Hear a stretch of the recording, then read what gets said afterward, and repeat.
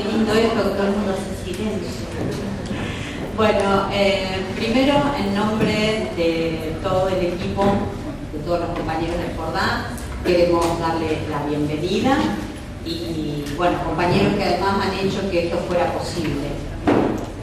Agradecerles que hayan aceptado la invitación de participar en estas jornadas que decidimos nombrar como de set a set, implicancias de practicante. Hoy será la inauguración, pero bueno, como conversaciones en torno a las prácticas en centros educativos terapéuticos que englobaría los 3 encuentros. Estamos sumamente contentos de poder encontrarnos hoy con ustedes. Brevemente les cuento que esto se originó en los Ateneos Teóricos Clínicos al interior del Centro Educativo Terapéutico Fordá, donde nos encontrábamos para poder pensar acerca de nuestras prácticas y bueno, construir aprendizajes y sostenernos en prácticas que todos sabemos que no son de las más fáciles.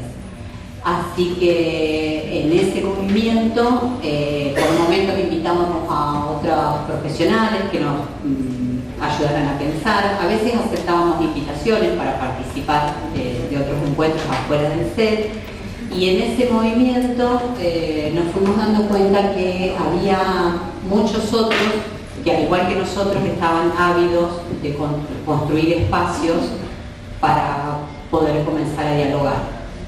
Y como todo llega en algún momento, aquí estamos, esperando que esto sea solo el inicio de un camino posible, que podamos continuar. Y bueno, agradeciendo también por otra parte a la Universidad del Gran Rosario, a la licenciatura de Psicopedagogía, a la Facultad de Psicología, que han declarado estos encuentros de interés académico. Y bueno, esperando contar con ustedes en los próximos encuentros, que todos saben que el próximo va a ser el 23 de agosto y el último el 25 de octubre. Y bueno, bienvenidos. Le voy a ceder la palabra a Yamil, psicólogo de Fordá.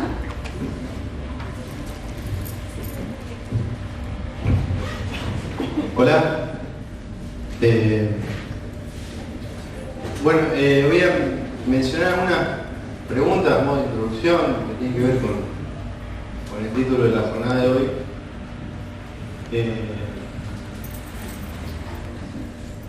Implicancias del practicante, se llama la jornada. Bueno, nosotros pensamos que el título tal vez sea redundante porque todos los que trabajamos en un set estamos implicados en varios asuntos, lo sepamos o no. Estamos implicados en una demanda institucional, cumplimos determinados horarios, proponemos talleres, asistimos a reuniones, pero también y sobre todo en una transferencia con los usuarios de la institución y con los compañeros de trabajo también. A nosotros nos surgía la pregunta una pregunta interesante para hacernos pensar hoy, ¿qué dimensión le damos a esa implicación? Es decir, ¿de qué forma elaboramos la transferencia con los usuarios con los que trabajamos y con los compañeros de trabajo? ¿Qué lugar, tiempo y dispositivo usamos para eso? ¿Qué vías de elaboración generamos para darle cabida a fenómenos contratransferenciales difíciles como el odio, el asco, el cansancio? Bueno, están las reuniones de equipo, es cierto, digamos, en todas las reuniones de equipo, pero también es cierto que hay gente que supervisa los casos de los sets por fuera, hay gente que sueña con concurrentes, a mí me pasó varias veces, y después hablan de su análisis de eso o con algún compañero de trabajo. Al estar permanentemente expuesto a estas situaciones, donde los recursos simbólicos escasean y muchas veces no hay palabras que puedan mediar, nos encontramos con situaciones complejas que tenemos que trabajar todos los días.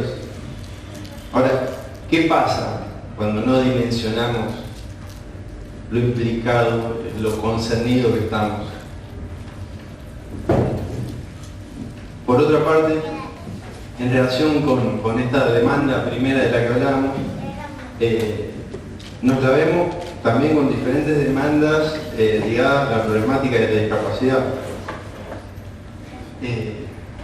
¿Cómo hacemos para sostener una implicación cuando el Estado, como ahora, se corre de su función de garante de la salud pública y la institución no cuenta con los recursos económicos que normalmente necesitaría para sostenerse? ¿Cómo esto se juega en un practicante, trabajador en el SET? Y bueno, por último, una pregunta interesante también para hacernos, que nosotros nos hacíamos, es acerca del tiempo de trabajo en este tipo de instituciones. ¿Qué relación existe entre la singularidad de las prácticas en el SET y el tiempo de permanencia de un practicante ahí? ¿Hay correlación reductible entre la práctica en el SET y una iniciación laboral profesional? ¿Es posible desarrollar esta práctica con el tiempo? ¿Qué la sostendría en ese caso? Bueno, esa es una buena pregunta que nos hacíamos.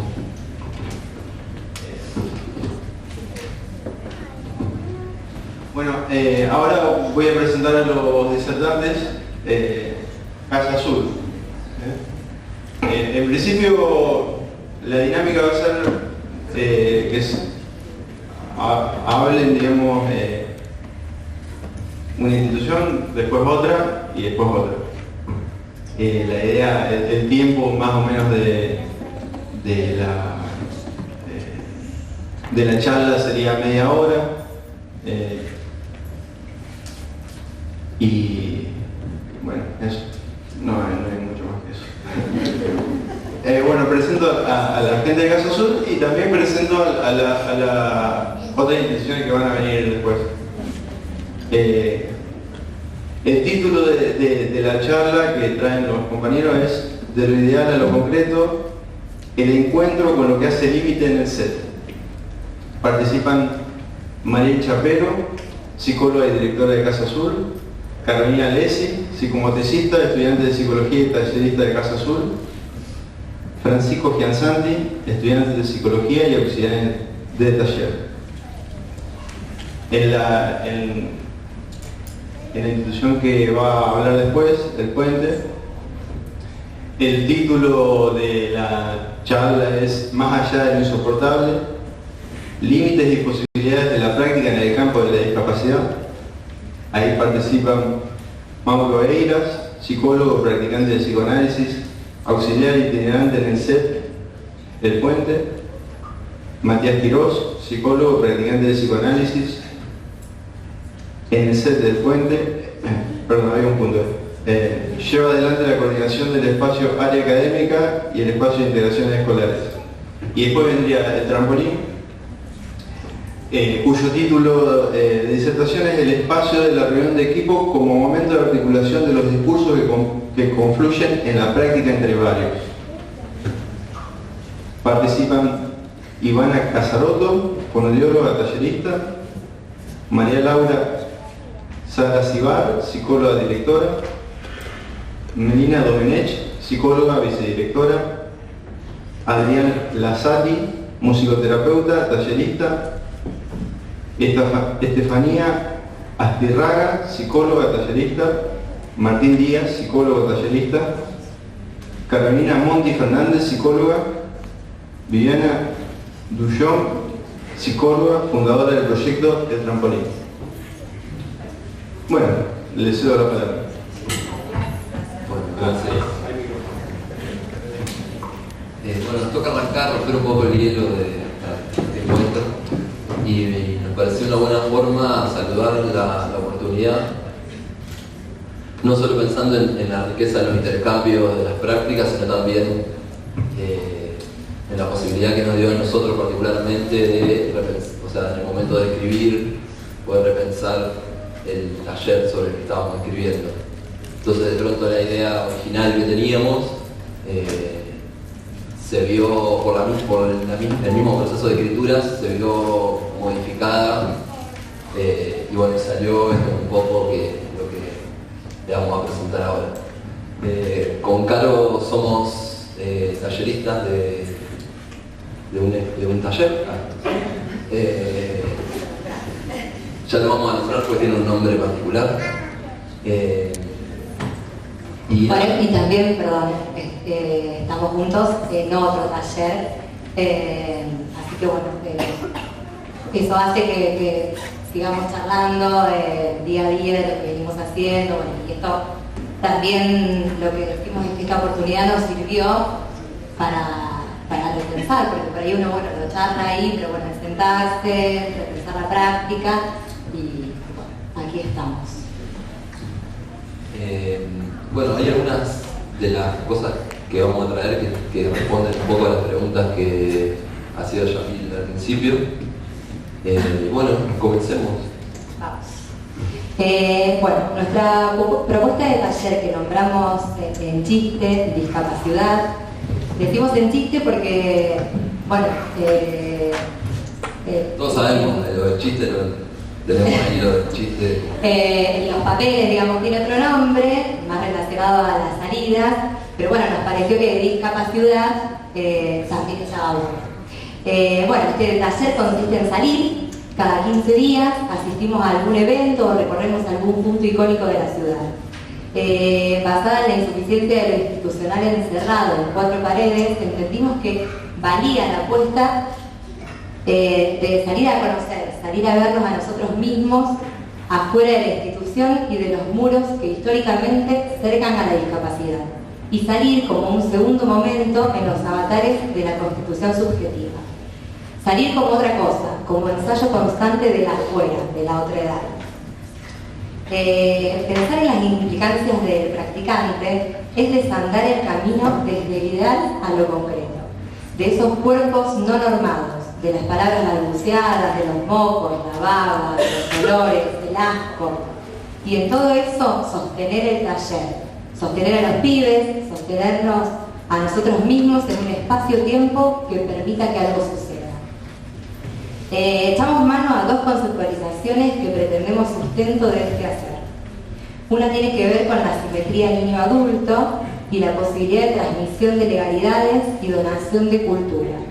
Y la otra, trayendo a Ulloa, la de miramiento y empatía, que nos permite alojar a esos niños, siendo un andamiaje siempre temporal, siempre a construir en las instancias que sus avatares constitutivos no han permitido un armado propio que posibilite este salir autónomo. Sí, decimos que cada niño nos demanda un lugar diferente, que se identifica nuestra función en un lugar diferente y que nuestra propuesta implica necesariamente la dinámica de habitar todo el tiempo en lugares diferentes para sostener ese taller. Bueno, y podríamos discursar sobre las bondades, ¿no? Que lo bien que nos va en el taller y las cosas lindas, pero lo que no deja de volver y lo que no dejaba de volver cuando estábamos charlando para elaborar este escrito era allí donde el taller fallaba, digamos, no cumplía con lo que nosotros idealmente esperábamos, por eso es de lo ideal en concreto. Nos pasaba con un pibe en particular que las escenas de ese salir, de esos paseos sin motivo aparente, se le tornaban persecutorias, horrorosas, terroríficas, y de pronto la respuesta que tenía era la agresión, y de pronto nos agredía a nosotros y agredía a cualquiera que esté ahí. Claro. Hay una escena donde le tira el pelo a una piba en el colectivo, cosas, bueno, complicadas de estar en la vía pública. porque incluso la queríamos hacer completita, ¿no? Porque vamos en un transporte público, nada de transporte particular, nada de eso, ¿no? La idea es así, habitar la ciudad, ¿sí? Recorrerla como cualquiera de nosotros lo hace diariamente. Y bueno, nos encontramos con un montón de cosas en ese habitar. Entonces, y medio que nosotros, yo estaba como, no, a Brian, no podía decir el nombre. El nombre que le pusieron al caso. Claro, sí, pongámosle por nombre. Bien, bueno, sigo. Lo que nos pasaba es que nosotros insistíamos con este salir, ¿sí? Cada vez que armábamos la propuesta, en esta silla, en que podemos ir, acá vamos a llevarlo porque a ellos les gusta. Bueno, y era el grupo de WhatsApp, la discusión de todos los miércoles, porque los estudiantes hacíamos la salida. Bueno, no nos rendíamos a esta idea de salir con este niño también, o sea, de que todos puedan hacer este taller, de que todos puedan disfrutar de este momento. Yo qué sé, pensábamos en, bueno, ir a la cancha, porque la cancha le gusta, porque él está siempre con las camisetas, eso le va a gustar, que Messi, que bueno, la cancha. Pero siempre nos encontrábamos con un obstáculo. De hecho, también hubo momentos donde salimos y la parada del colectivo nos teníamos que volver. Y bueno, eso también hacía que la salida se termine para todos o que pasen todos un mal momento, ¿sí? Entonces, era como que no pensábamos en la idea de decir, bueno, capaz no puede ir. Y ahí vino una intervención de una de las directivas, que, gracias, nos dijo, pero capaz que momentáneamente podemos suspenderle la salida y ver qué hacemos. También entender que la propuesta del taller no tiene que ser para todos, que a veces, y que eso también va retroalimentando al correr del tiempo y de las posibilidades del taller, va haciendo repensar la práctica, entender eso, porque, y más con pibes que tienen tantas problemáticas diferentes, por ahí hacer una grupalidad y hacer que entonces en grupo podamos salir y todos disfrutemos de la misma cosa es bastante complicado. Entonces esa intervención, esa terceridad que vino ahí nos dijo, bueno, vamos a suspender un poco la salida y con Brian, otra vez. Bueno, lo que pasa es que también es un significante, implica unas cosas ese nombre porque se repite todo el tiempo en la institución, es como, y esto, todo lo que pasa en la institución tiene que ver con él, digamos, de alguna manera, porque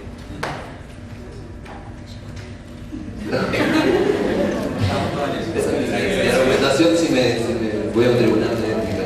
Bueno, y ahí se nos planteó esta contradicción, ¿no? Que bueno, nosotros que queríamos que los chicos salgan, que pensábamos que estaba buenísimo, que la gente se encuentre con nuestro taller ahí en la calle, y bueno, nada, tuvimos que suspenderlo.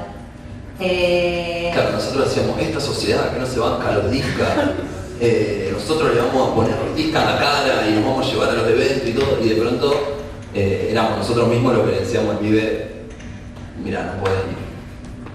No era la sociedad tan maldita y tan...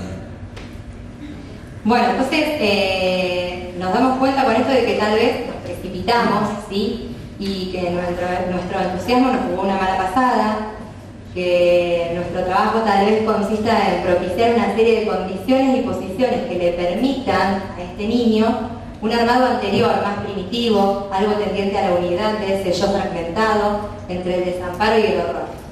Es aquí que los andamiajes teóricos se relanzan a partir de la experiencia y que la nombrada asimetría niño-adulto nos convoca a prestarle significaciones que le permiten a él habitar su infancia de una manera no trágica.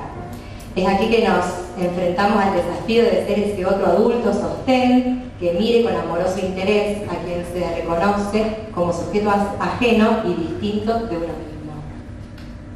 El miramiento que propone Ulloa es germen inicial y garantía de autonomía futura del infante. Y bueno, sostener esta posición en el lazo, soportar este otro para otro, es ser adulto. Y es la figura de un adulto la que habilita el despliegue de un niño. Entonces, bueno, como que lo que nos planteamos ahora es resignificar los tiempos de este taller entre salida y salida. Tratar de resignificar el taller.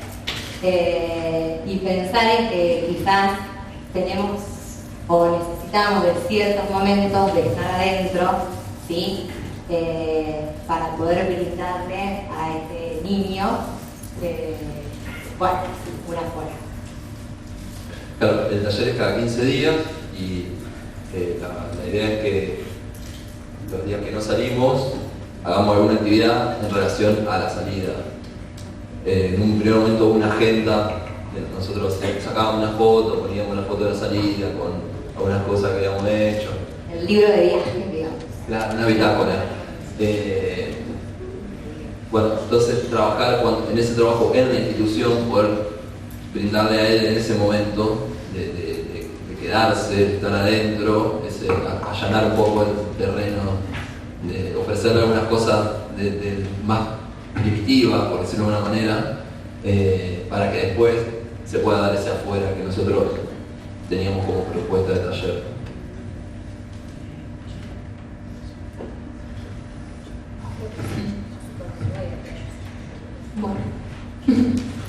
Bueno, mi idea era volver a darle una vuelta a esta cuestión que planteaban los compañeros, que tiene que ver con esto de lo ideal y lo concreto, ¿no? Por un lado tenemos ese ideal que tiene que ver con el ideal que nosotros hemos planteado en nuestro proyecto institucional. Ese ideal que se plantea resistir a que la institución funcione como un apéndice endogámico de la familia. Ese ideal que pretende propender a prácticas desmanicomializantes que intentan habilitar una afuera, la cuestión de la autonomía. Pensándolo así, esta cuestión de abrir las puertas de la institución, entonces responde a una ética que asume los riesgos, con todos los riesgos que implica asumir el riesgo de apelar a que algo suceda frente a la diferencia que implica la quietud o el encierro.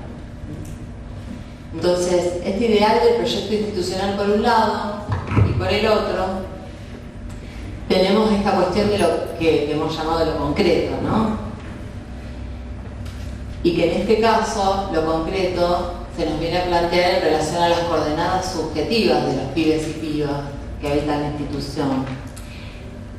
Esas coordenadas subjetivas que, como plantean los compañeros, en este caso, nos hacen límites, ¿no? Y cuando nos encontramos con estos límites, surge la contradicción y surge la angustia.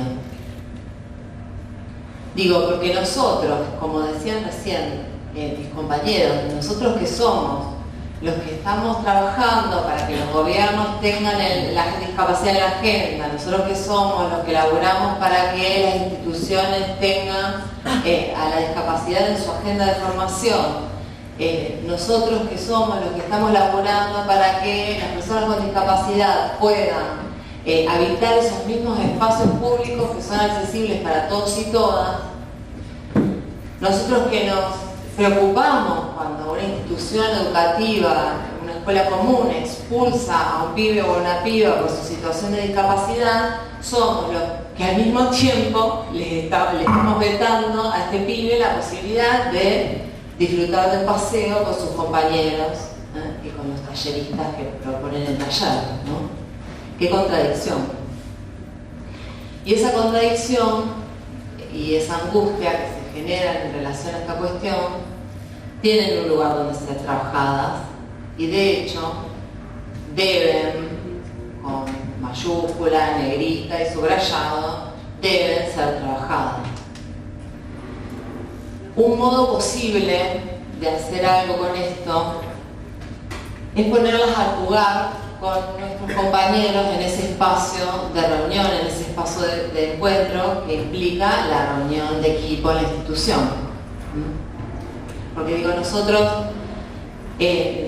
a diferencia de esas instituciones que expulsan, ¿no? Y se desentienden del problema expulsando, acá los compañeros planteaban esta cuestión, ¿no? O sea, cada vez que surgía el proyecto de una nueva salida o del paseo, volvía a instalarse esta pregunta en relación a que ellos se interpelaban sobre la posibilidad de que él pueda participar o no. Entonces, un modo posible de poner esto a trabajar es la reunión. El encuentro con nuestros compañeros en la reunión nos permite trabajar en dirección a construir un saber que por supuesto va a ser siempre vacilante, pero un saber en relación a la posibilidad de articular este ideal que nos plantea el proyecto institucional y las intervenciones individuales que vamos haciendo con cada uno de los pibes y pibas. Otro modo de ligar la angustia y trabajar estas contradicciones y las faltas de recetas también, ¿no? Digo, porque en algún punto parece que elegimos angustiarnos, ¿no? Porque tenemos un mercado neoliberal tan rico, con tanta oferta, con tantas nuevas apuestas cognitivo-comportamentales que nos garantizan esas recetas que nos permiten laburar sin angustiarnos, ahí a la mano. Sin embargo, nosotros elegimos angustiarnos. Y otra posibilidad de trabajar esto es la formación. Es poder compartir espacios como estos con otros, pero que ya son otros, ¿no?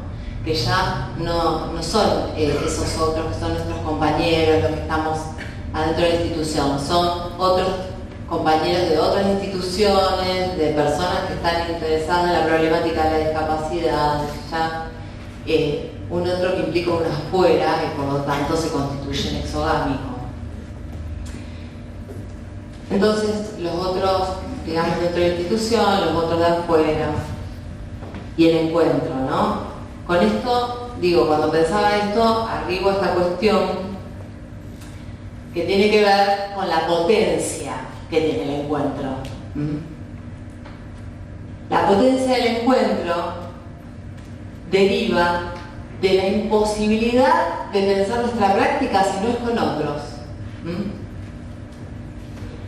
Y cuando pensaba esto me acordaba de las entrevistas que tuve que hacer elegí hacer cuando estaba haciendo mi tesis. En las entrevistas yo conversé con talleristas, con profesionales de la institución en relación a su práctica y me encontré con una cuestión que me llamó la atención, aunque no me sorprendió para nada, y que tiene que ver con que todas las personas que yo entrevisté y que se implicaron en relación a su laburo en el set, se expresaron a partir de la primera persona del plural. Fueron todas entrevistas individuales, ¿sí? Pero ellos se implicaron en su decir, digamos, el sujeto de su discurso eran nosotros, no era yo, sin excepciones. Esto tiene que ver con la esencia de nuestro trabajo, que es un trabajo que necesariamente es colectivo. Y quiero resaltar esto, porque no es sin eso, no es sin lo que el lazo amortigua que nosotros lidiamos con esa falta de respuestas, con el no saber o con las contradicciones o con la angustia que nos generan las cuestiones que nos hacen límite.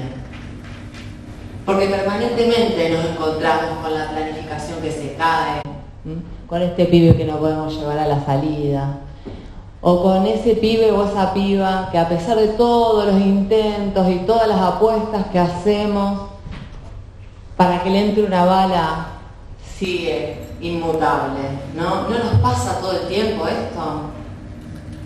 Y cuando nos pasan estas cosas, muchas veces decimos, no estamos formados o no estamos lo suficientemente formados. Y eso en parte es verdad, ¿no? Porque digo, en la mayoría de las carreras de grado que yo conozco, al menos, no hay una formación. Digo, yo vengo a la Facultad de Psicología, claramente hasta ahora el plan de estudio no incluye un abordaje de la subjetividad que incluya la discapacidad. De hecho, es uno de los desafíos que tenemos en este próximo tiempo, poder empezar a pensar de esta manera la formación de nuestra Facultad de Psicología. Entonces decía, bueno, no estamos formados, no estamos lo suficientemente formados, y eso en parte es verdad, ¿sí? Pero solo en parte, porque hay una dificultad que insiste en lo relativo a la conceptualización de nuestro trabajo, que es una conceptualización que no puede terminar de aprender la práctica. Y bueno, cuando pensaba en esto, se me ocurrió traer para compartirles una cita, porque es cortita. Es una cita de Lacan, del seminario RCI, donde él define el concepto. Está en la clase 8. Él dice, no es lo mismo el concepto que la verdad. En tanto que el concepto es eso que se limita a una captura, y que una captura no es suficiente para asegurarse que es lo real lo que se tiene en la mano. Siempre está presente el equívoco. Siempre hay algo que se escurre. Porque al concepto siempre hay algo que se le escapa. Como todo concepto, no termina de dar cuenta de la práctica. Fiel a su origen etimológico, voy a decir, fiel a su origen etimológico, que implica agarrar o capturar algo, el concepto no podrá incorporar en su totalidad aquello que quiere conceptualizar. Entonces, en este caso, el concepto deja un margen abierto que se realiza cada vez en una praxis que es siempre singular. Y con eso es con lo que nos las tenemos que arreglar, ¿no? Es algo que es inherente a nuestra práctica. Esto de tener que estar siempre pensando las intervenciones en el APRECU, ¿no? Siempre lidiando con lo que genera esto de no poder terminar de dar cuenta de eso que hacemos. Siempre necesitando de estos encuentros para poder darle una vuelta a ese laburo que nosotros realizamos. Y en buena hora, pensaba, ¿no? En buena hora que nos sepamos, en buena hora que tengamos preguntas, esas preguntas que no podemos resolver, en buena hora que no encontremos en los pibes aquello que esperamos encontrar en ellos, porque en algún punto es eso lo que habilita y lo que le está dando el lugar a un sujeto. Entonces, y como para ir cerrando, si de implicancias del practicante se trata, entonces tenemos que afirmar que elaborar nuestro narcisismo en relación a estas cuestiones y nuestra propia relación con la falta son cuestiones fundamentales a la hora de emprender nuestra práctica de la especificidad del ser. Tenemos que ser capaces de animarnos a sostener una ética y, ¿por qué no, una política que nosotros mismos rescate esa incompletud, esa vulnerabilidad y esa fragilidad que es propia de lo humano. Y hacer esto no solo para resistir el neoliberalismo que siempre nos tienta, sino y fundamentalmente para poder dar potencia a esa ternura a la que referían mis compañeros cuando hablaban de la empatía y del miramiento. O sea, para dar potencia a esa ternura que Fernando Ulloa sitúa como fundamento ético del sujeto. Gracias.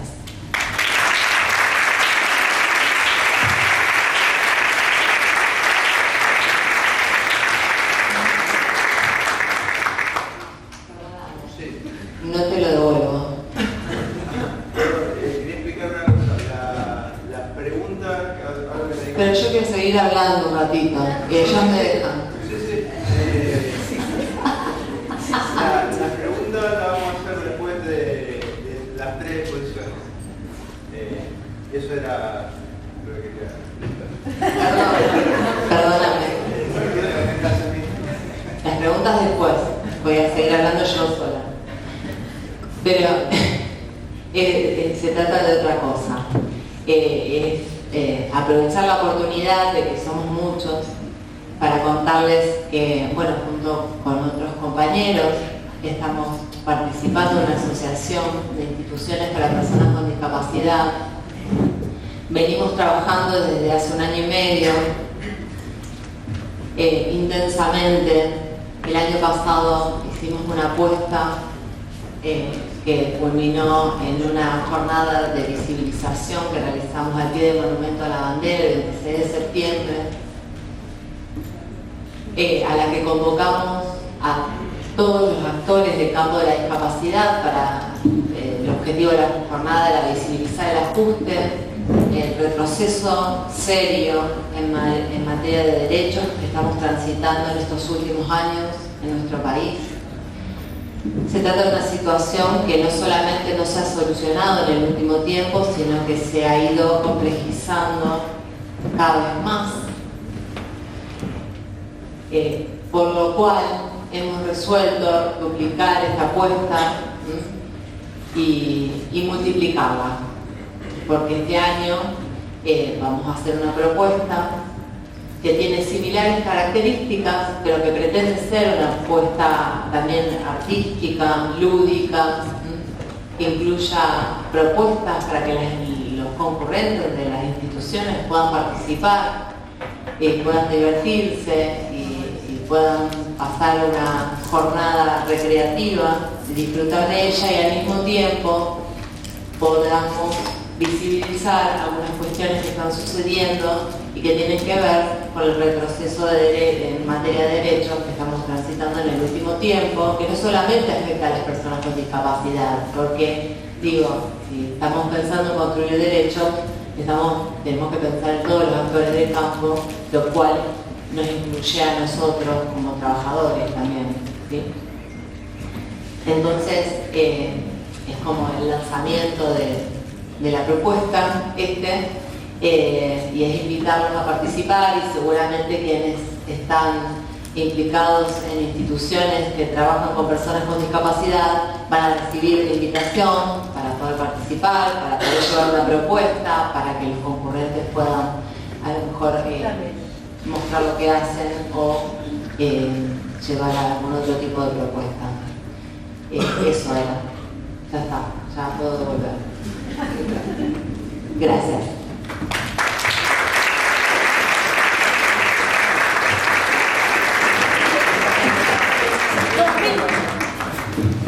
Bueno, ahora vamos a poner el puente.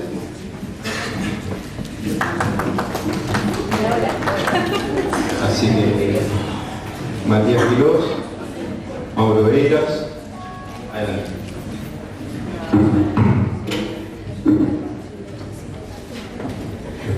Bueno, buenas tardes a todos. Muchas gracias por la invitación. Acordá, nosotros desde el puente tuvimos una forma de retorno muy interesante con respecto a esta invitación, porque realmente nos hizo empezar a pensar en la implicancia y las dimensiones que tenía la implicancia de nosotros como profesionales en la práctica que llevamos adelante. Al principio leían el título de lo que nosotros vamos a compartir con ustedes, que es Más allá de lo insoportable, límites y posibilidades de la práctica en el campo de la discapacidad. A ver, la cuestión de lo insoportable, evidentemente, nosotros la ponemos de entrada, ¿sí? Este significante no va de suyo. No necesariamente la práctica tiene que ser insoportable. Para nosotros, esto es, por así decirlo, un punto de condensación de una trayectoria, ¿sí? Una trayectoria de nuestra práctica. En algunos momentos, cuando nosotros nos ponemos a revisarlo, nos damos cuenta de que hubo algo ahí que se tornó insoportable. Entonces, nosotros vamos a partir desde ahí.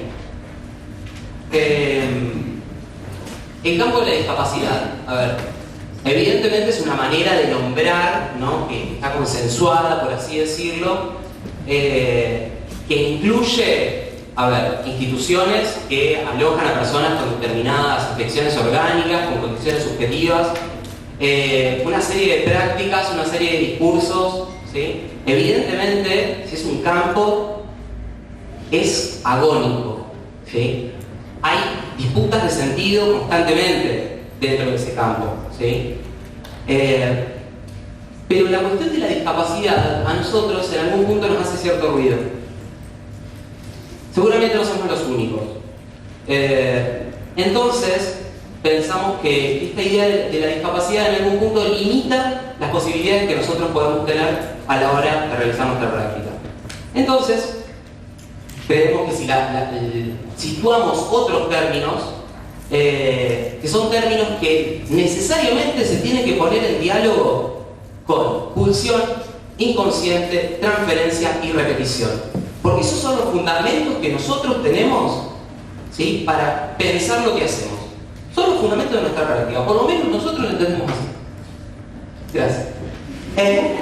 Entonces, ¿qué especifica la praxis, ¿no? Yo voy a situar 3 encuentros, ¿sí?, que me parece que especifican la práctica.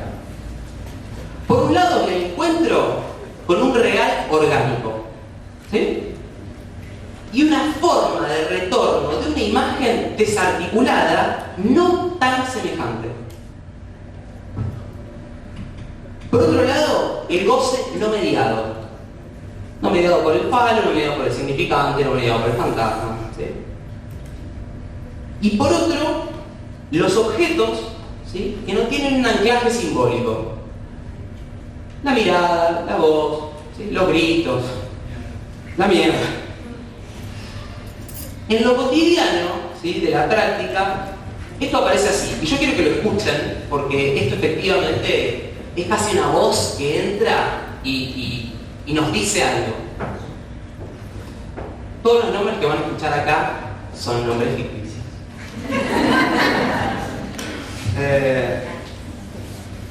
En los momentos de crisis, Felipe se desorganiza corporalmente, haciendo movimientos exagerados, compulsivos, desordenados, que eventualmente lo han llevado a lastimarse y nos han dejado a nosotros impotentes al no poder calmarlo. Julia presenta continuamente un lenguaje verborrágico, inconexo, emitiendo palabras de modo reiterativo y en un tono agudo y muy elevado. Esto lo acompaña con una risa exacerbada e inmotivada, generándonos aturdimiento y agotamiento. Delfina no ha logrado el control de esfínteres. Suele introducir la mano en su pañal tanto para masturbarse como para manipular las heces, así como también mete sus dedos en los orificios nasales y esparce su mucosidad por el rostro.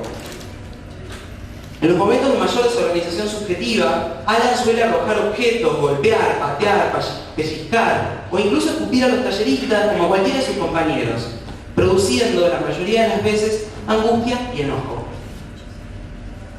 Carla suele sentir la institución con signos de falta de higiene muy clara en su ropa y en su cuerpo. Hay un olor muy fuerte e invasivo que hace dificultoso poder sostener el espacio junto a ella. Por último, Santiago realiza siempre las actividades de una manera muy parsimoniosa, casi automática. siempre está muy callado y apenas responde de un modo ecolárico a lo que se le pregunta. Hay algo de todo esto que me imagino que más de uno puede llegar a pensar que es un paciente con el que ustedes han trabajado. Entonces, ¿de qué manera nosotros pensamos lo insoportable? ¿Sí? Evidentemente hay algo de un real que se prescindifica. ¿Sí? Lo real se muestra, dice la Kant. Acá es clarísimo en estos ejemplos cómo algo de lo real se muestra. Ahora bien, ¿qué pasa cuando un real se muestra? Genera efectos, ¿sí? Genera efectos en nosotros como profesionales.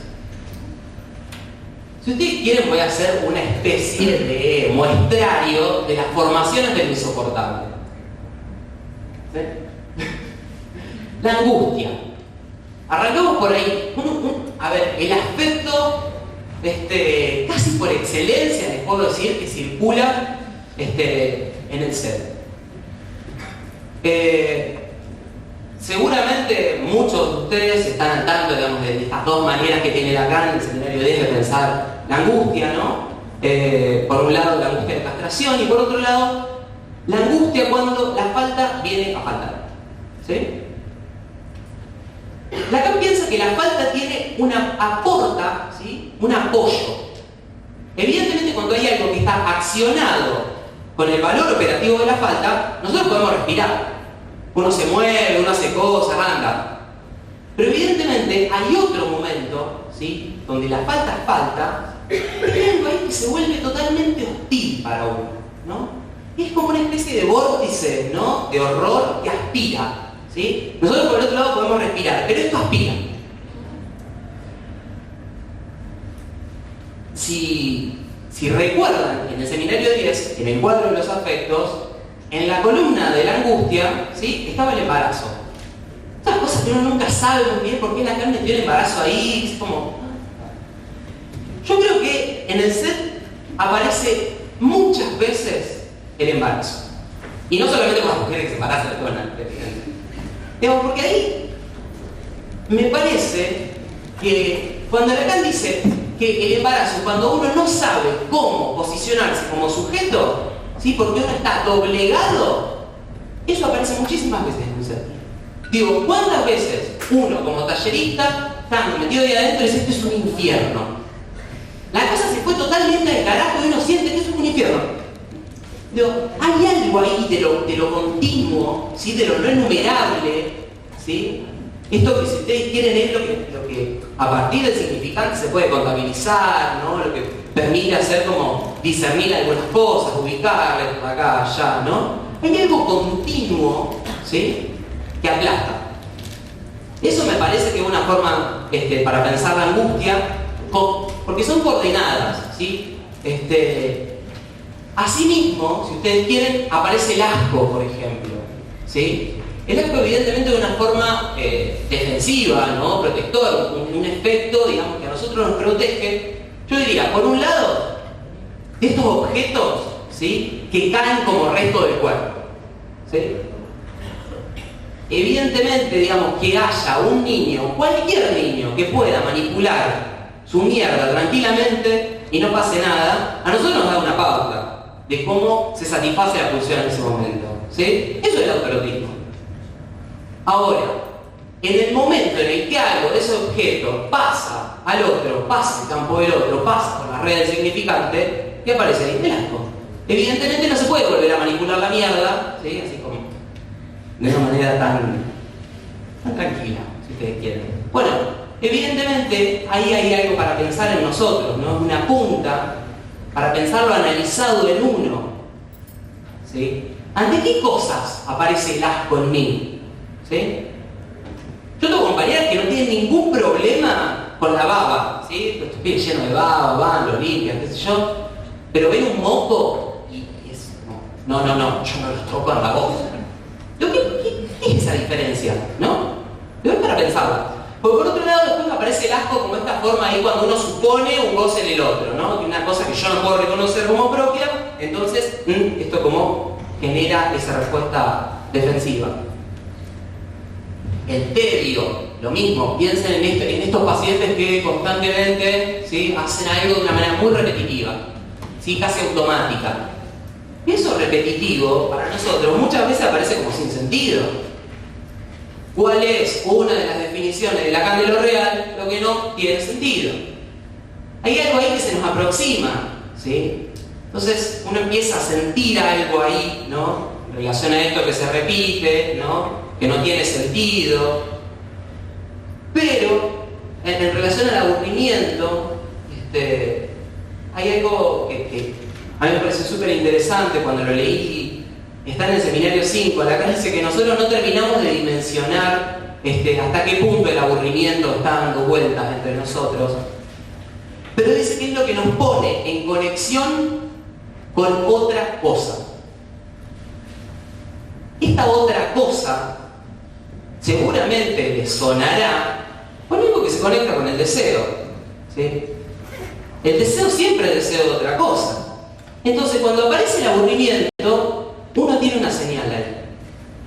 Cuando se empiecen a aburrir en los talleres que llevan adelante, echen mano a eso. Porque el aburrimiento es sumamente interesante para pensar con qué otra cosa ustedes se pueden conectar. La impotencia, pensaba, bueno, en algo que ustedes traían como muy claramente, ¿no?, como esta cuestión de insistir en relación a que el pibe pueda salir. Y aparece algo ahí que me devuelve un no. ¿Y qué queda al lado de uno? Es como no, y no pensamos bien el taller, ¿no? Es la impotencia.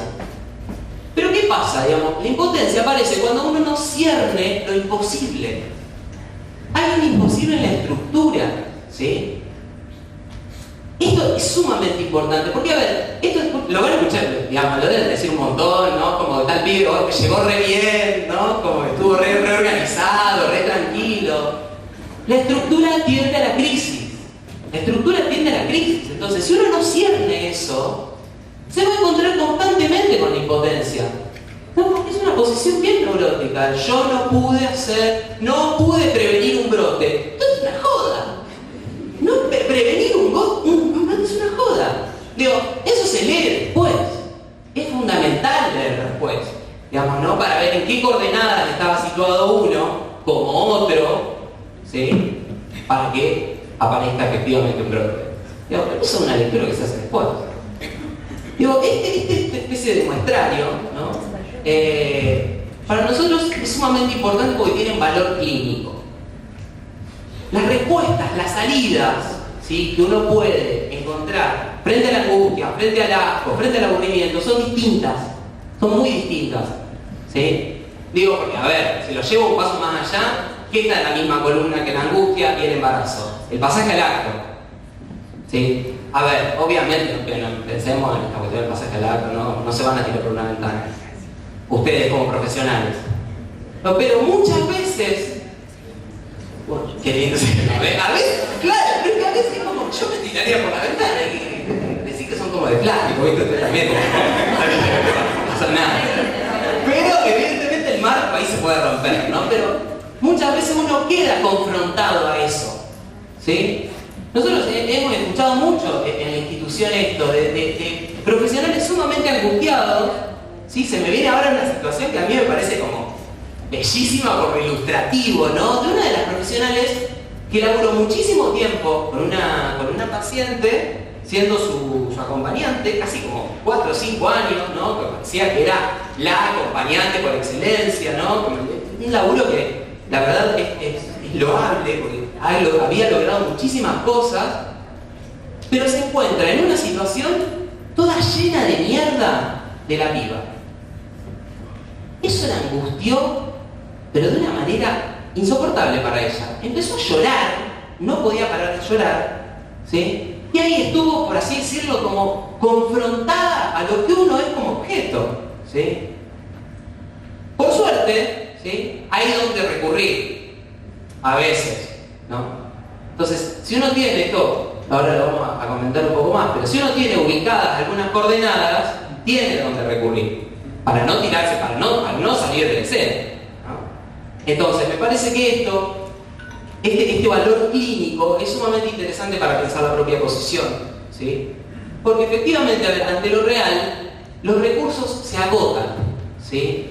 Se nos agota el chiste, se nos agota la significación, se nos agotan las comparaciones, ¿sí? Y evidentemente queda ahí eso como recto, como insistiendo, ¿no? Y es algo que tiene una forma de retorno en distintos ámbitos. Que agarrate Cuando retorna. Bueno, voy a hablar algunas cositas.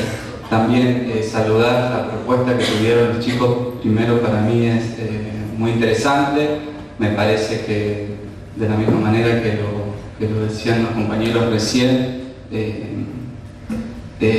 nos encontramos trabajando para bueno, poder transmitirle un poco de lo que hacemos, pero bueno, evidentemente estos encuentros tienen así como un carácter bueno, performativo. Ya no estamos igual respecto de la praxis, como la veníamos sosteniendo una vez que nos encontramos y ponemos en ejercicio la palabra. Nosotros también en el set auspiciamos estos encuentros, tenemos diferentes maneras de darle lugar a lo otro distinto de la institución, ¿no? Eso me parece que siempre da como un panorama, una clave, un sesgo saludable. Hay veces que nos encontramos como muy aturdidos, encontrando el mismo cliché para lacaniano siempre, para decir lo mismo, ¿no? Y quedar parados de la misma manera. Bueno, en principio saludar eso me parece una propuesta muy interesante. Hoy cuando estábamos retomando un poco algunos señalamientos, lo compartía con Ivana, la directora del puente, le comentaba un poco cómo estábamos pensando algunas cosas. Ella me decía sobre algunas lecturas y demás, y caímos, lo cual me hacía pensar, ¿no? Como otra figura de esto que nosotros situamos como insoportable.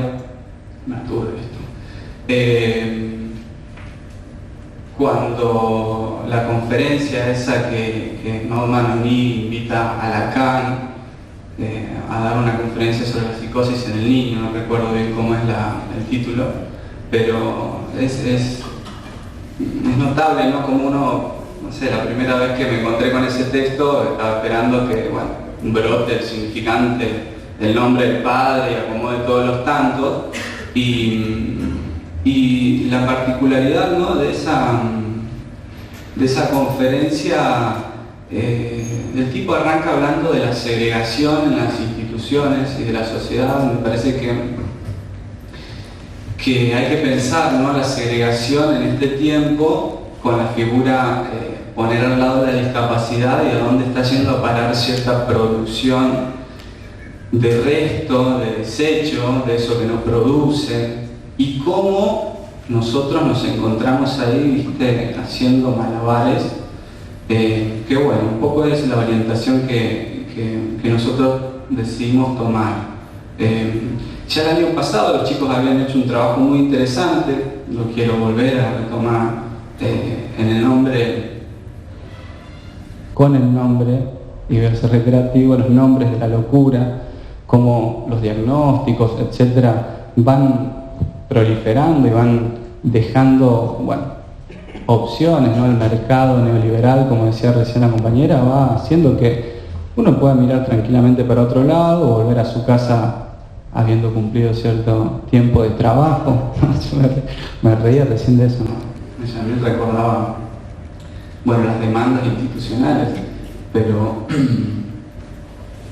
el tiempo, ¿no? ¿Cuántas veces nos pasó quedarnos en un acompañamiento o en un taller? Porque, bueno, va más allá del orgánico institucional y hacia la transferencia. Me parece que ahí queríamos llegar con Mauro. Ya voy a entrar ahí y me desarmé totalmente lo que voy a decir, pero voy a retomar cómo lo fue poniendo Mauro en palabras.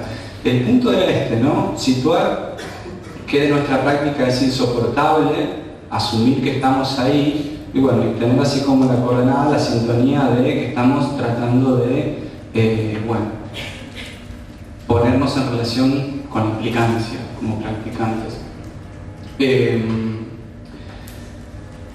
Mauro marcaba como la especificidad de esto, como deslindándola del significante de discapacidad y bueno, y también como aquellos retornos, ¿no? Decía, las formaciones de retorno que tiene bajo diferentes figuras lo insoportable. Bien. Por una parte, pensamos, ¿no? Quiero decir también que, a ver, hacer el prólogo, como decía Macedonio, se pone pesado, tipo. Primero decir, ¿no? Que esto fue una producción que, si bien contemplamos... yo siempre tan pertinente. Que es algo que nos acontece a todos, siempre una producción se hace a nombre propio. Y aquí, bueno, fuimos con Mauro, ahora poniendo la palabra, pero estuvieron algunas compañeras, Lucía, Antonella y Vanessa, bueno, bajándole tinta, y me parece que eso también hay que suscribirlo, me parece que hay que anotarlo porque da otras coordenadas de cómo uno se sitúa en la implicancia. Dicho esto, sigo con el soportable. Entonces, tenemos la coordenada de lo que en lo inmediato nos asalta con una manifestación de lo clínico, de lo que se hace en un taller, y bueno, y ver qué de eso nos desborda, qué de eso nos desencaja, con qué no podemos, qué cosas agotó. Me parece que ese es un nombre, ¿no? Como también de ese retorno. Hay algo que se agota a veces, ¿no? Esos dispositivos que nos inventamos, los recursos, hay algo que se agota. Está esa entrada a la cuestión.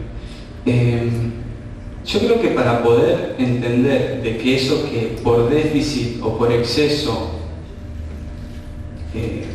no marcha en el tratamiento, como decía Mauro, bueno, hay lugares que tenemos a donde ir a pensarlo, ir a reformular, ir a jugarnos de otra manera con eso que no anda. Nosotros, voy a empezar a hablar ahora como de la transferencia institucional, ¿no? Que es lo que también yo lo marcaba. ¿Cómo dimensionamos eso? Uno tiene que estar advertido de que lo que hace ahí va a tener en esa otra escena, en esa transferencia institucional, también una figura de malestar, de retorno, de algo que también va a molestar ahí. No siempre compartimos la lectura del compañero, la interpretación del compañero. Hay veces, como decía, hay que revisar un poco el narcisismo, ¿viste? Qué sé yo, es incómodo, son incómodos los lugares. Y así todo elegimos esta práctica. Porque, a ver, ahí efectivamente hay que dejarse incautar. ¿Se acuerdan que acá en el seminario 21 nos llaman los no incautos llamados? Bueno, evidentemente hay que estar advertido, ¿sí? De que por estar en la dimensión hablante, pero también en una dimensión en la que la institución está, ¿sí? Que hay algo que a uno lo excede, que yo desconoce. Entonces, si yo no habilito, ¿sí?, a la palabra de un compañero para que pueda señalar algo sobre lo que yo estoy diciendo, lo que estoy haciendo, y me da la cabeza contra la pared. No digo, ahí hay una forma de cómo retorna la institución eso. Sí, ahí también, ¿no? Me parece que esa dimensión del suponerle al otro como condición de que se establezca la transferencia también aparece en el registro institucional. Si yo no le supongo a la palabra a un compañero algo más de lo que yo puedo aportar, no sé, un recorrido distinto, experiencias con las que cuente y llega a la institución, me parece que, bueno, nos extraviamos de pensar nuestra relación con esa otredad que configura la institución. Entonces acá llegamos así como a un punto que es, yo pensaba, bueno, que hay límites, ¿no? Que el análisis, cuando está, permite así como situar. Porque si lo no analizado en uno empalma con lo insoportable, se pone fea la cosa. Uno de los deciles que aparecen en la institución, que recordaban los compañeros, ¿no? Esto de hay que donar demasiado en este trabajo, hay que poner el cuerpo. Evidentemente decíamos, bueno, eso es una especificidad también de esta praxis. Entonces fuimos armando y nos apareció una idea solidaria con este poner el cuerpo, ¿no? Porque uno puede poner el cuerpo a manera de sostén, ¿no? Leíamos algunos aportes muy preciados para mí, que me orientaron mucho, de Omar Amorós, cuando retoma algunas cosas de Winnicott, ¿no? Del sostén, de cómo se pone el cuerpo y cómo con ese estar hay una construcción, ¿no? Que habría como todo un trabajo posible que va por otra vía, del significante. Y es un poner el cuerpo y de las coordenadas hacia un otro, una transferencia. Si uno no pone el cuerpo sin eso y queda como en un lugar de mierda, ¿no? Porque queda en lugar de resto. Ahí la cosa se complica. Cuando uno repite esa situación está en coordenadas constantes de acting out. Y esto también revisen, ¿no? Esa clase de Lacan en el seminario de la angustia, cuando hace esa diferencia entre el síntoma y el acting, esta cosa de el acting es un esbozo de transferencia, es un llamado al otro. Hay algo que cuesta que entre a la escena transferencial. Todo el tiempo estos restos, estos retornos del insoportable no entran en la escena. Hay que hacer un esfuerzo para hacerlo subir a la escena. La escena de la transferencia institucional. ¿Sí? Que es, por otro lado, un gasto psíquico sumamente importante, ¿sí? Estamos jugando porque ahí es donde uno se manda las cagadas, ¿sí? Digamos, si uno pierde esas coordenadas del otro, si constantemente está intentando subir a la escena algo para que sea interpretado, en vez de poder decirlo, ¿no? Lo muestra, lo actúa.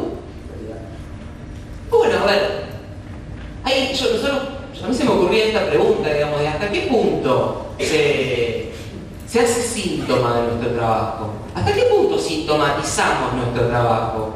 Yo me arriesgaría más a decir que en las instituciones hay muchos más actings que síntomas. ¿Sí? Esto es polémico, lo podemos discutir, pero digo, porque para distinguir algunas cosas, pero esto que decía Martín en relación a cómo uno entra en una serie de actings en instituciones, es para tenerlo en cuenta, ¿sí? Es para leerlo. Porque efectivamente hay una manera donde el malestar como se instala, ¿no? Como que esto que vos decías que es brillante, cómo empalma, digamos, lo no analizado en uno con los retornos de la insoportable institución. Eso efectivamente pasa. Claro. Bueno, ¿no? Es pensar eso, entonces, ¿qué esfuerzo hace uno para armar esa otra escena, ¿no? Por eso yo decía, hay algo del análisis propio que no actúa como garantía, esa es la paradoja también, ¿no? Pero sí es una instancia posibilitadora. Lo que decían, yo sueño con estos pacientes, evidentemente no se quedan ahí en el laburo. Entonces, hablamos de otra escena, ¿no? Otra escena en donde algo de lo inconsciente, bueno, entra a jugar, donde una palabra se formaliza de otra manera. Para ahí, cuando pienso ese límite de mi análisis, de lo analizable mío, respecto de lo insoportable que me da la práctica, cómo cuando atravieso esa otra escena vuelvo a la transferencia institucional y vuelvo con una palabra a otra, ¿no? Por eso digo que no solo el análisis propio, qué sé yo, cuando en la supervisión que cada tanto con la institución misma hacemos es la invitación a un otro, a ver qué otro deja una palabra distinta. Esto que estamos haciendo acá es jugar una palabra y que de repente nos retorne algo distinto y acá nos vayamos con un poquito más ¿de qué? Confusión. Sí. Entonces, volviendo, ¿no?, a ese pasaje de escena, yo creo que ahí se va performateando una pregunta que hace que revista la implicancia.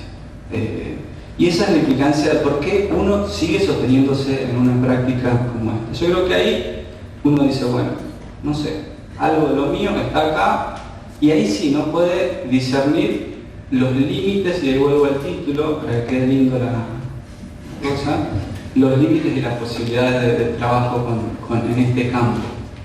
Sí. Además me parece que ahí uno, en esta forma de agujerear la institución, ¿no? Que fíjense de una manera sumamente interesante de cómo con el análisis propio uno puede agujerear la institución.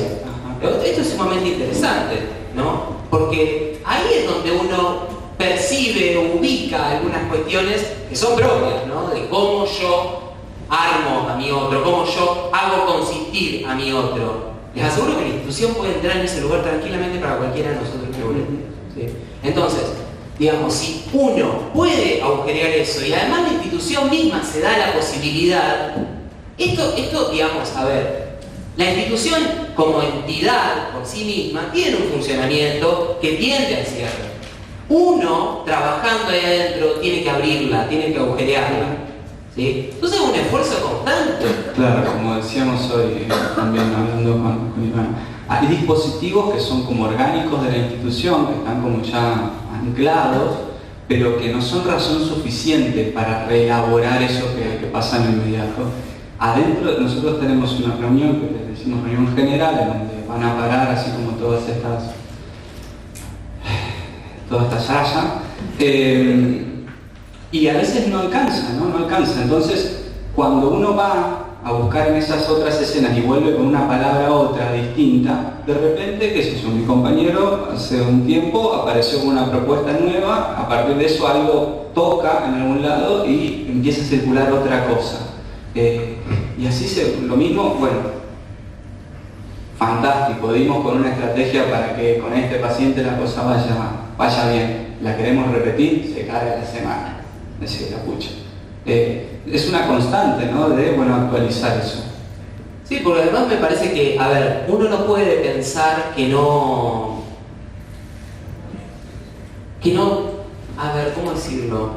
Me parece que en algún punto nosotros lo que apostamos es que haya una repetición, ¿sí? Porque esto es una dimensión ineludible, ¿sí? Uno va a volver ahí y se va a topar, digamos, no solamente con lo que aparece ahí de lo real, que vuelve siempre al mismo lugar, sino lo de uno que vuelve a aparecer de nuevo ahí. Pero digamos, si está habilitado, ¿no?, como esta forma, estas coordenadas del otro, esta otra palabra que a mí me resuena, ¿sí?, uno apuesta a una repetición que difiera, ¿sí? Cada vez que yo me encuentre ahí, no va a ser lo mismo. Necesariamente no va a ser lo mismo si hay algo de estas coordenadas, ¿no?, que me parece que le posibilitan a uno ir como, bueno, más allá de lo insoportable. Yo con eso estaría. Sí.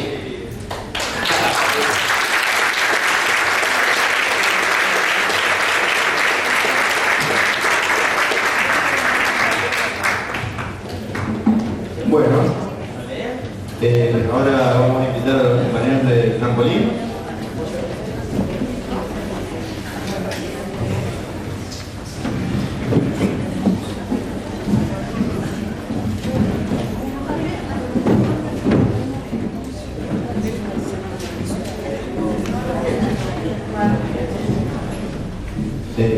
Ivana Casaroto, María Laura Darcibar, Medina Domenech, Adriana Sati, Estefanía Astigarraga, Martín Díaz, Carolina Monti Fernández, Viviana Duchot.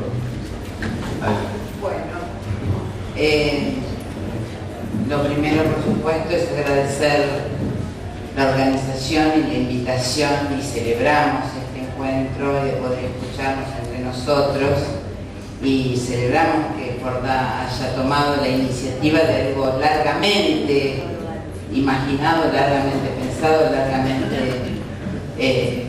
pensado como una alternativa de poder compartir los impases y las dificultades que tenemos cotidianamente en esta práctica.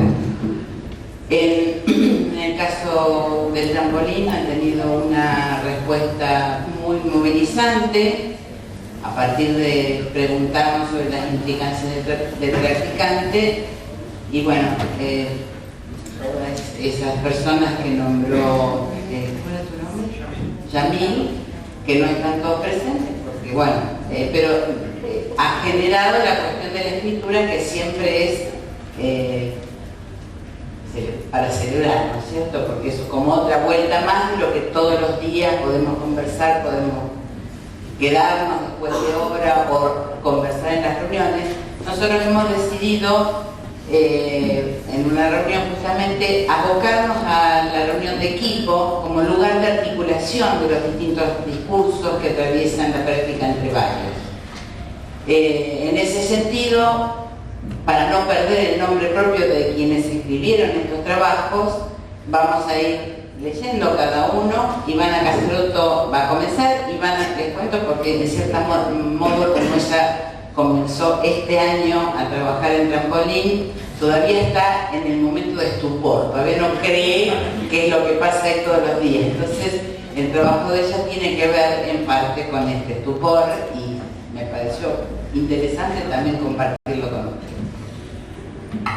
Bueno, hola. Yo soy fonoaudióloga y hace 6 meses que estoy aproximadamente en el trampolín. Quise escribir, digamos, mi experiencia. Bueno, venir de otro palo, de las ciencias médicas, a un ambiente repleto de psicoanalistas que hablan de una práctica entre varios, que puede parecerse, si uno no está en el tema, una interdisciplina, es toda una experiencia. Una de las primeras preocupaciones que se pueden tener es si desde el recorrido profesional uno tiene el saber suficiente para trabajar con niños tan gravemente afectados en su subjetividad. Uno pregunta, les pregunta todo el tiempo, les pide a sus compañeros y compañeras que le digan cómo hacer ante determinadas situaciones complejas que suelen darse. Nadie puede decir mucho. Nadie dice mucho de ese saber que no se sabe, pero que se va construyendo constantemente desde que uno llega y deja sus cosas, su ropa, toma las llaves y entra en el espacio en el que se encuentra con sus compañeros, compañeras y recibe a los niños y niñas.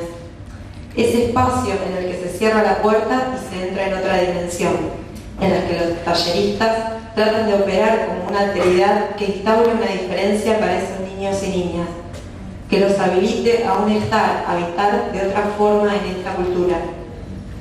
En este espacio no hay tiempo, a veces este parece no transcurrir, tiempo infinito, circular, en donde las cosas pasan una y otra vez, a veces mediadas por el silencio, casi siempre por el cuerpo, otras pocas por algún sonido o palabra suelta.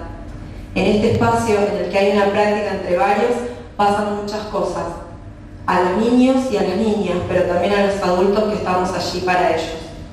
Cuando acontece algo, uno busca la mirada de ese compañero o compañera, muchas veces para corroborar en él o ella, cual espejo, que allí se instauró una huella, que algo viró o se movió de lugar, una búsqueda de complicidad en la construcción de sentido a lo que generalmente no lo tiene. Otras veces las miradas transmiten angustias. Uno mira al otro para sentir que no está solo, como una necesidad de compartir ese vacío que se produce al trabajar con el sufrimiento subjetivo. Esas cosas que pasan, esos sentidos entretejidos en la cotidianidad, no solo pueden quedarse en miradas compañeras. Hay que sentarlas a la mesa, con mates de por medio, y ponerlas a trabajar en las reuniones de equipo. Sacarlas de la especificidad de cada disciplina, pensarlas, interrogarlas y construir colectivamente el paso a seguir. Como diría Drexler, si quieres que algo se muera, déjalo quieto. Saber quieto como certeza, específico, disciplinar, individual, único, como receta, tips, bajada de línea o saber vertical. Podría decirse que el saber en una práctica entre varios es un preguntar inquieto, permanente, que nunca se responde, pero que intenta. Parece tener forma de espiral. Un interrogante que lleva a otro y que hace camino. Construye puentes entre sujetos, preguntas que sujetan e intentan hacer sujeto.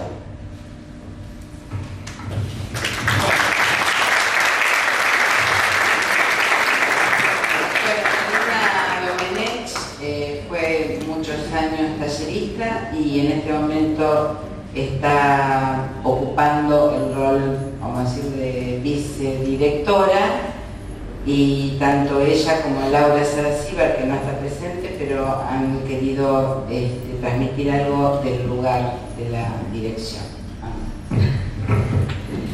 Bueno, yo tengo dos recorridos para compartir. En primera instancia les voy a leer una reflexión que tiene que ver con mi recorrido institucional, y después está el trabajo de Laura, que no pudo estar presente, pero que lo voy a leer yo. Esta convocatoria, con el título de Implicancias del Practicante, fue una invitación a pensar, en este caso, en el recorrido propio de la institución y también en las diferentes implicancias de este recorrido según la función que nos toca ocupar en determinado momento de la institución, ya que entendemos que la institución va variando en función de quienes la componen en determinado momento, tanto adultos como niños. En mi caso, yo, como comentó Viviana, ingreso a la institución primero como residente de la Facultad de Psicología, hago allí mi residencia de pregrado, trabajo durante 10 años como tallerista en dos diferentes espacios que se van proponiendo según el momento institucional también y según la población del momento. Y en 2018 me incorporo a este otro lugar, yo lo pienso como un lugar en realidad, que tiene que ver con el equipo de dirección. Me parece importante mencionarlo porque por ahí mi lectura tiene que ver con el recorrido y tránsito de la institución. En relación a este último punto, me permito hacer una reflexión que tiene que ver con mi modo singular de entender esta última función, que es la que me ocupa ahora. Se hace necesario para nosotros diferenciar el lugar de dirección del lugar mismo que tiene, por ejemplo, en algunas instituciones educativas, ya que así lo requiere nuestro dispositivo de clínica entre varios. La lógica interna del dispositivo supone la destitución de cada uno de sus miembros para no encarnar ese otro perseguidor tan característico de la psicosis, y en este punto me parecía importante reflexionar acerca de qué es lo que permite destituir del saber a ese lugar de coordinación también como un modo ineludible para llevar a cabo ese espacio de coordinación. A partir de qué elementos podemos apartar esa función del discurso del amo, que es tan contraproducente en este tipo de práctica clínica, ya que entendemos que esta destitución del saber es condición para el trabajo mismo en esta clínica entre varios. Por un lado, la pluralidad, entiendo que es un elemento que va en ese sentido. Actualmente, como ya comentaba, la tarea la compartimos con Laura y Vivi tiene un espacio de supervisión, que es fundamental. Entonces, por ahí, aquello hace que en algún punto las decisiones tengan que ver con un equipo de dirección y todo se consulta. En realidad que alivia bastante. Por otro lado, me interesa proponer y pensar esa función institucional más bien como un lugar, como les comentaba recién, un lugar que es ocupado eventualmente por determinados miembros del equipo y que tiene, entiendo yo, como una de sus funciones principales, instalar la interrogación respecto de la práctica. Instalar interrogantes que permitan el cuestionamiento de lo que hacemos como un modo de hacer cotidiano. Interrogantes que se pondrán en tensión con el posicionamiento ético en la práctica clínica. Desde este punto de vista, este lugar de coordinación intentará, entiendo, guiar no tanto a los profesionales talleristas, sino a las estrategias mismas de intervención que se piensen siempre caso por caso. Estrategias que se elaboran en función de cierta hipótesis diagnóstica que nos ubican para poder pensar en cada momento subjetivo del niño, y que tendrán a lo largo de todo el recorrido del trabajo en la institución el armado, o tenderán al armado en lo posible de los casos clínicos. Tender así a la elaboración de los casos será, entiendo, una tarea fundamental de este lugar de coordinación para poder de este modo repensar una y otra vez ese trabajo artesanal que supone elaborar las intervenciones clínicas singularmente. Así entiendo que este lugar tendrá delimitadas dos tareas principales. Por un lado, reflexionar e interrogar las estrategias de intervención y tender hacia la elaboración de los casos clínicos. La cocina, donde todos estos elementos se ponen a circular para cierta elaboración posible, son nuestras reuniones de equipo semanales, que las tenemos todos los miércoles, que el eje, como ella comentaba, respecto al cual cada uno pensó una producción para compartir en este espacio. Es justamente el espacio de la reunión en que nos encontramos el equipo completo, a los fines de pensar cómo y para qué hacemos lo que hacemos, para interpretar la práctica, plantear preguntas, interrogantes, para poner sobre la mesa lo que no anda, las principales dificultades o las urgencias, como las llamamos muchas veces nosotros, y también lo que funciona también, porque es necesario hablar de lo que sí anda. En este espacio estamos todos los miembros del equipo intentando pensar las estrategias de intervención para cada caso en consonancia con el dispositivo mismo, poniendo incluso a retrabajar este dispositivo. Estas estrategias entran en permanente tensión con el dispositivo de trabajo, cuestionándolo y nos invitan a repensarlo de forma permanente. En este punto me parece que la cuestión ética es el elemento que guía todos estos espacios e interrogantes, y lo que atraviesa esta interrogación es la cuestión ética en esto que entendemos como una clínica del detalle. Hay implícitamente, por supuesto, ciertos acuerdos que tienen que ver con esta cuestión a la hora de pensar a qué tipo de sujetos nos referimos, a qué tipo de infancias, cómo proceder ante el modo de presentarse de cada niño en particular, el respeto por estas elecciones singulares de cada uno de los sujetos, elecciones que tienen que ver con el modo de hacerse presentes en el espacio, ante el otro, esto que comentaban los chicos, el tratamiento que realizan de los objetos, de los sonidos, de la palabra. Esto supone considerarlos en su singularidad como seres que habitan el lenguaje de un modo original particular. Como plantea Lacan, no hay clínica sin ética, y en este punto no habrá para nosotros trabajo clínico posible si no se respetan estas elecciones singulares, elecciones que pesquisamos siempre en el detalle. Por este motivo, el detalle está allí en el germen de lo que elaboramos como posible intervención, que para nuestro modo de entender es siempre de forma artesanal, caso por caso. Va a seguir ahora, no, ahí tenés el otro, va a seguir Carolina Montifernández, que va a leer un trabajo elaborado conjuntamente con Estefanía Astigarraga y Martín Díaz, los tres miembros del equipo, y coordinan distintos talleres. Bueno, buenas noches a todos. En principio me sumo al agradecimiento a Jordá por este espacio. Me parece que escribir sobre la práctica siempre es una invitación sumamente enriquecedora. Circunscribe el hablar sobre la práctica a un lugar como puede ser el papel, y abre a discusiones donde uno se encuentra. Esto es lo que nos pasó con colegas y amigos practicantes como son Martín y Estefi, cuando nos pusimos a conversar sobre esto que queríamos transmitir, y por momentos nos pasaba que no sabíamos muy bien cómo decir algunas cosas que nos implicaban en esta práctica. La discusión fue rica, fue de intercambio, pero a veces nos encontramos con esto, cómo nombrar esta implicancia, cómo nombrar la angustia, ante qué uno siente angustia, no es la bronca, angustia, y nos parece que justamente aquello que justamente se muestra como marca de lo que muchas veces no es transmisible, termina siendo causa de transmisión. Y creo que esto es lo interesante de nuestra práctica, que es la práctica de la dificultad, pero bueno, la dificultad es inherente al deseo, así que creo que en ese punto es lo que nos convoca, ¿no? Bueno, les voy a compartir un escrito que hicimos con Estefi y con Martín, con Estefanía y con Martín, que le pusimos como título "La práctica construye un practicante o varios", justamente haciendo referencia a la clínica entre varios. Dice así: el espacio de las reuniones de equipo que sostenemos semanalmente en el dispositivo clínico terapéutico El Trampolín funciona a la manera de una maquinaria. Instala y pone en movimiento un tiempo de ver. Esas otras miradas que se ponen en juego en torno a cada niño o niña y al momento singular por el que atraviesan. Pero también pone un hacer hablar. Pensamos a la institución misma como un otro para cada niño y apostamos a generar efectos subjetivantes tras la apuesta que en el hablar sobre ellos se sostiene.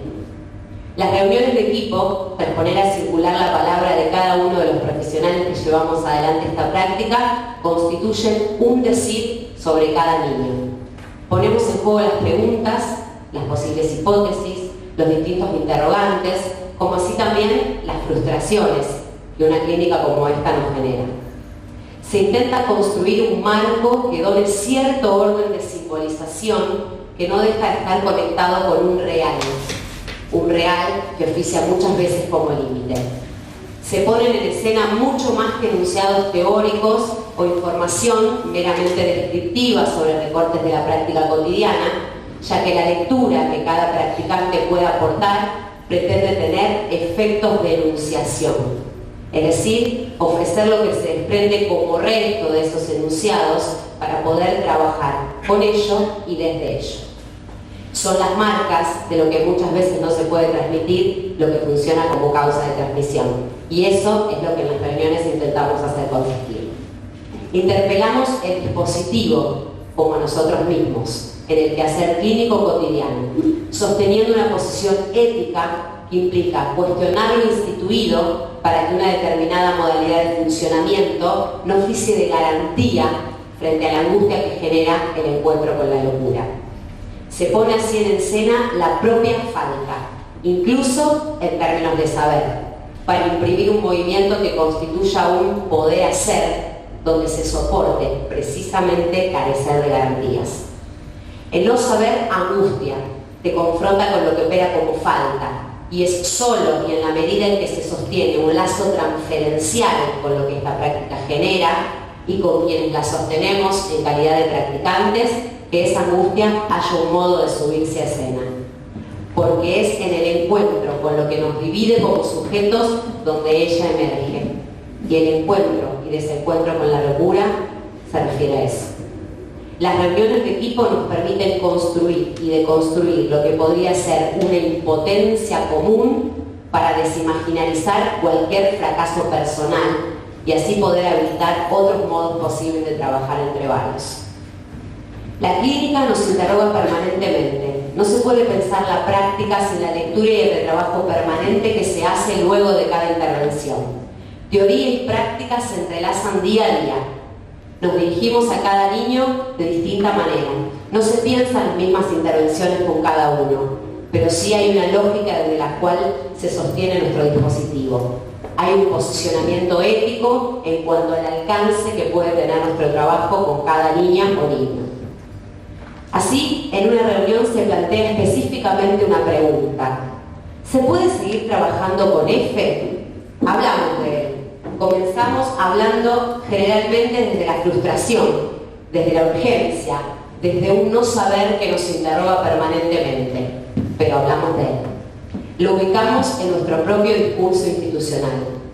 Decimos, F no se saca las manos de las orejas en todo el día, arrasa lo que está a su paso, se desploma sobre nosotros, nos pasa por encima como si fuésemos un mueble más. Pero a la vez, allí aparece también otro decir respecto de ello.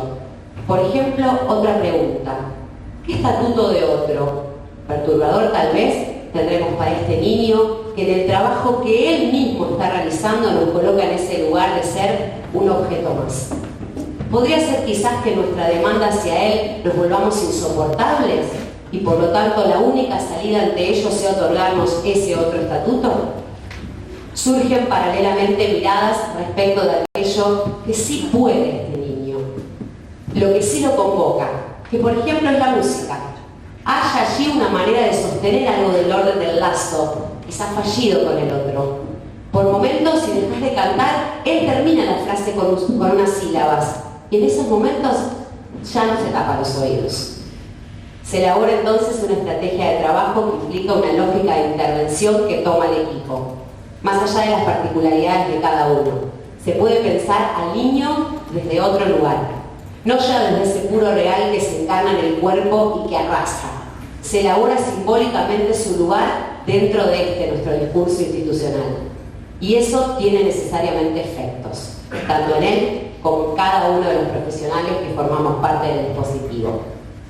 La idea de cuestionar lo que funciona como instituido para favorecer un movimiento instituyente que rompa con la coagulación institucional representa una apuesta permanente para nosotros, y es la de deconstruir lugares para construir otros que alojen a esos niños, niñas y a sus familias, porque son ellos, sus familiares, las particularidades de cada uno las que interpelan el dispositivo. Y dejarse interpelar, creemos, es parte de esta posición ética que sostenemos, sostenida precisamente en el deseo.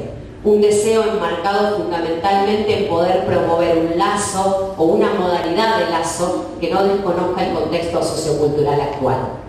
El trampolín, como otro del niño, se ofrece también como otro lugar. Crea y brinda ciertos recursos de los cuales los niños puedan servirse, a su modo, para encontrar una manera distinta de alojarse en el otro, y que justamente allí se inscribe una diferencia respecto de aquel lugar con el que muchas veces advienen. Quienes trabajamos día a día en el trampolín como talleristas, notamos y coincidimos en que después de dedicar este espacio de la reunión de equipo para hablar sobre un niño o niña en particular, esa post-reunión, en el próximo encuentro con ese niño o niña suele producirse cambios, tanto en los talleristas como en ellos. Y esto no es azar, no es casualidad, no es magia. Ante la angustia de no saber qué hacer, tomados por la inmediatez del día a día, posteriormente, en ese espacio de reunión, se trabaja ubicando ciertas coordenadas, generalmente al modo de preguntas que orientan otro recorrido posible, sosteniendo la articulación de un discurso sobre ese niño o niña. Las reuniones de equipo son un momento de construcción entre varios de un cierto saber. Ese espacio de trabajo oficia como un recurso para simbolizar algo de ese real que se nos presentó en un primer momento. Y esto nos da la posibilidad de volver en un segundo momento de trabajo para encontrarnos con ellos, los niños, de otra manera y desde otro lugar. Pero si bien las reuniones de equipo nos permiten un trabajo simbólico para salir del impasse de ese encuentro con lo real, estamos advertidos de que esto tiene un límite. Si no, podríamos ingenuamente armar nuestro propio DCM cerrado y con moño y hacer de nuestras trampolineadas meros tomos de ese manual general. Muchas gracias.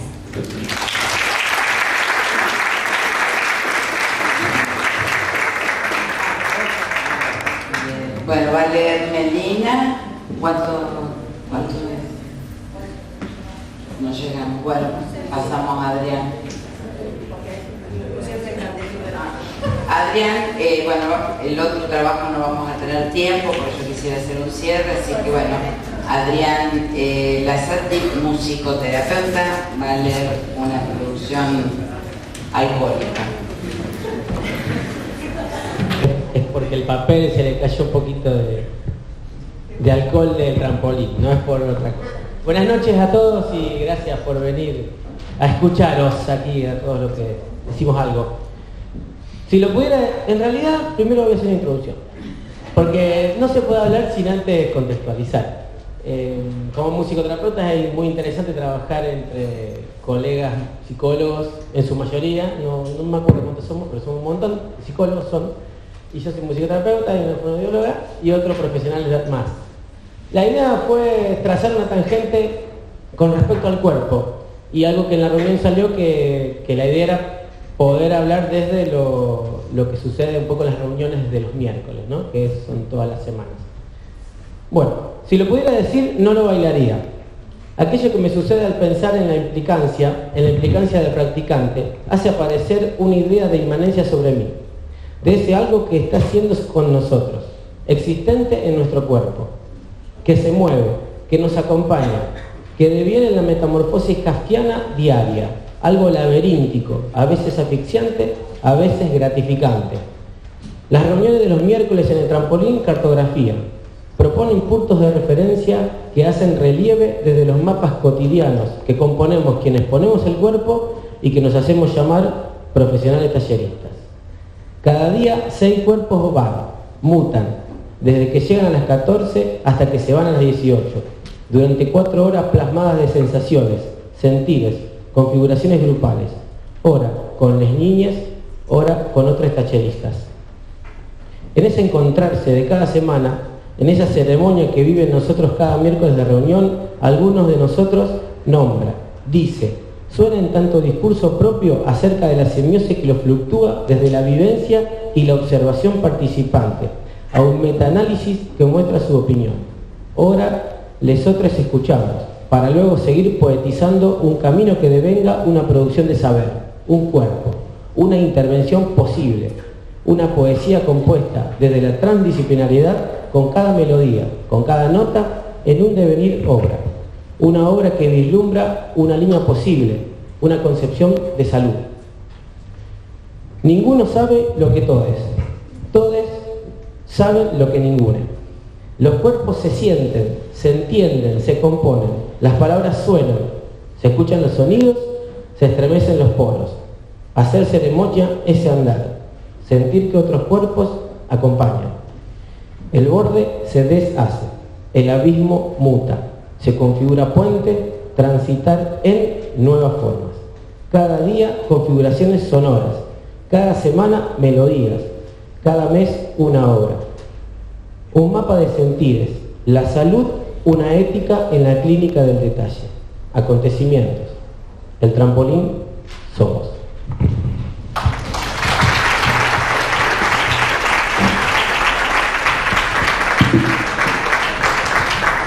Bueno, creo que lo que yo tenía para decir, que básicamente tiene que ver con la convocatoria y que es un poco como arrancó, no me acuerdo tu nombre, Yamil, perdón, me había olvidado,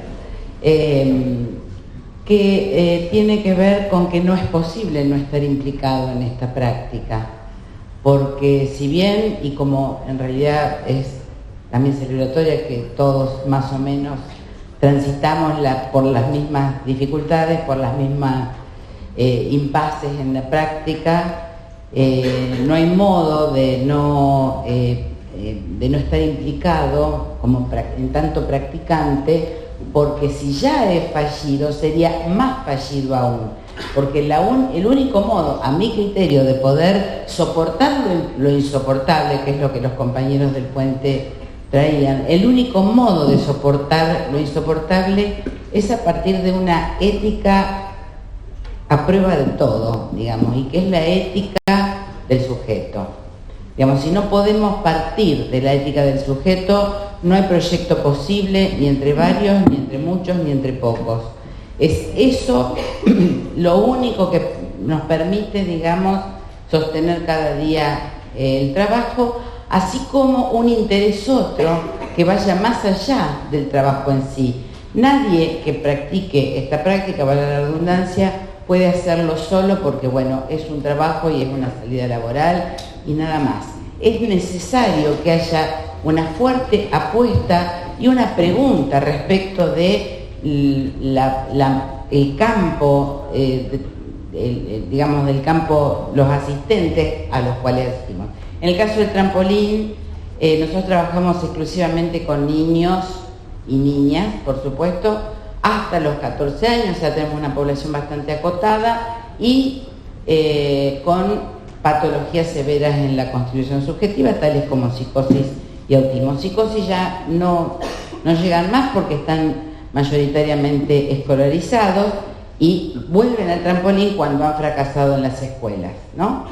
En ese sentido, el dispositivo también se ve interpelado porque no es lo mismo el trampolín del año 92 cuando nació el trampolín que el trampolín ahora, porque la población es diferente, ¿no? Entonces no hay manera de soportar lo insoportable, como también contaron los compañeros, no hay manera de hacer otra cosa con eso que nos produce la impotencia, el no saber, la falta de la falta. Bueno, podríamos, ¿no?, repetir lo que ya fue dicho también, si no fuera que esta práctica está sostenida por un interés puntual y particular por esta problemática, y por eso la formación es uno de los puntos fundamentales de la institución, digamos, lo planteamos como, o sea, las reuniones de equipo son obligatorias porque entendemos que no hay trabajo posible si no hay intercambio con los compañeros y las compañeras. Gracias. Si no hay intercambio, el trabajo se cae.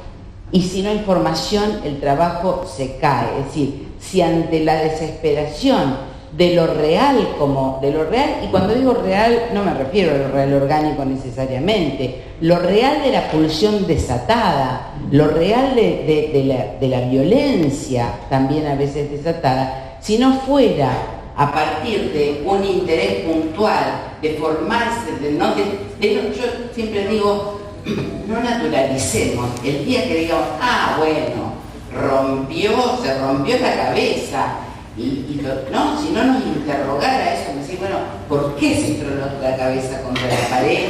¿Y qué pasa? ¿Y qué hacemos nosotros con eso? Más allá de cuidarlo, más allá de intentar armar un cuerpo allí donde tal vez solo hay una necesidad de construir el cuerpo, ¿no? Nosotros partimos de la base de que las cosas que los chicos hacen no las hacen porque sí, tampoco es que hay un sentido de todo, pero sí hay algo que permite ser leído, ese gesto, ese acto, esa palabra, ese trazo, lo que fuese propio de la producción de cada chico, es posible de ser leído. Entonces, si no hay un practicante atento a esa lectura, no hay trabajo posible. Así que bueno, gracias por esta invitación y bueno, ahora viene lo mejor de la cosa que va a ser la conversación.